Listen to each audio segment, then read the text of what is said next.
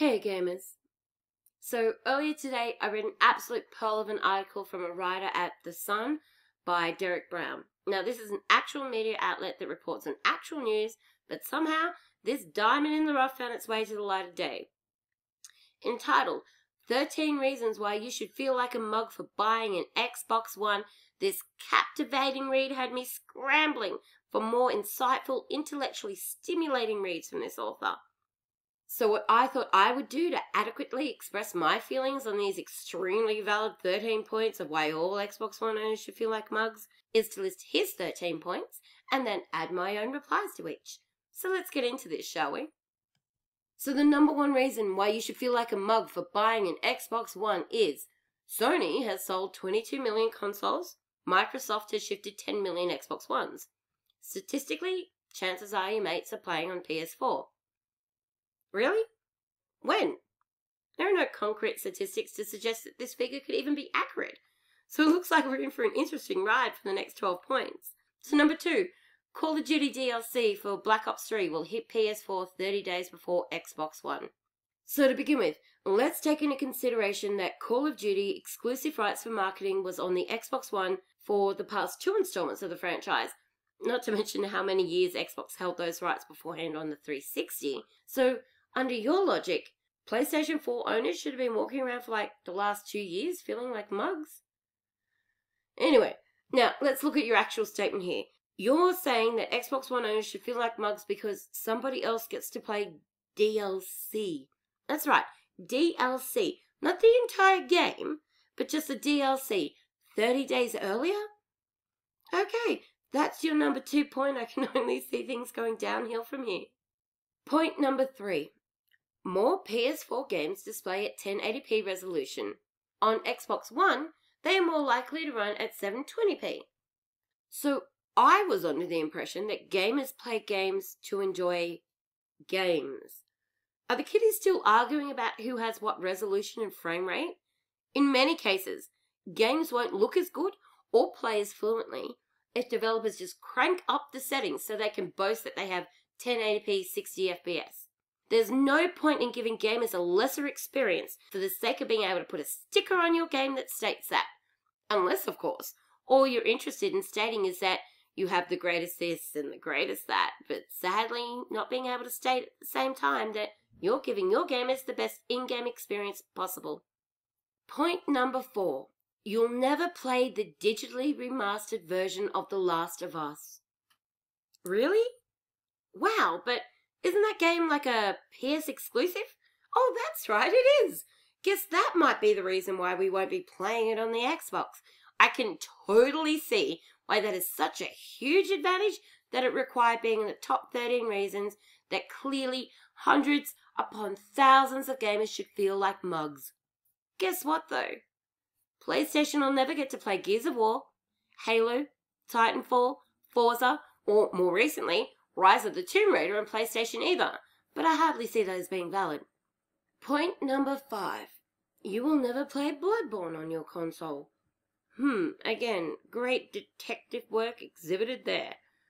I add to my previous list Recore, Scalebound, Sunset Overdrive, Ori and the Blind Forest, Quantum Break, Fable Legends, Crackdown. I think that'll do for the moment. Point number 6. No Man's Sky is looking pretty epic. Yep, it's a PS4 exclusive. Okay, so now you're just starting to sound silly. You've just listed PS4 exclusives as the reason that Xbox gamers should feel like mugs for buying an Xbox One. Both consoles have exclusives, so this list is just a completely irrelevant argument. I mean, surely you have some valid points to back up your claim that isn't just listing PlayStation exclusives, right? Anyway, point number 7. The Kinect is a massive load of pants. Have you actually used the Kinect?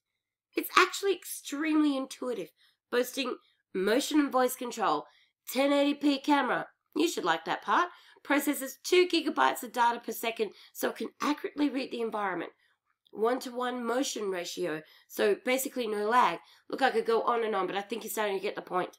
Let's move right along. Point number 8. Then there's the small matter of Uncharted 4. Oh, this again. We're back to basing our argument on exclusives. Further to my previous list, I'll add Sea of Thieves, 30 rare games coming on one disc, rare replay, and Blues and Bullets. Point number 9. Did we mention Uncharted 4? Oh my god. Are you being serious with me right now?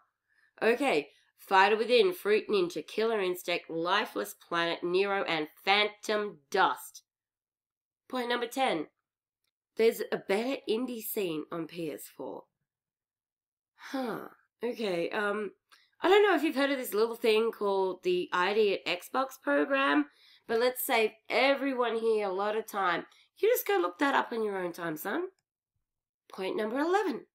The PS4 is just a bit more stylish. I can't believe I even made it this far through this list. It's more stylish? What are we buying, handbags now? Come on, dude. Point number 12. Morpheus is pretty damn cool and actually not a gimmick. Microsoft's HoloLens is a bit meh. Okay, well, Morpheus does have a lot of potential, but so does HoloLens, Oculus Rift, Valve VR, all of which Microsoft are working on to bring a variety of virtual reality experiences to the Xbox One and Windows 10.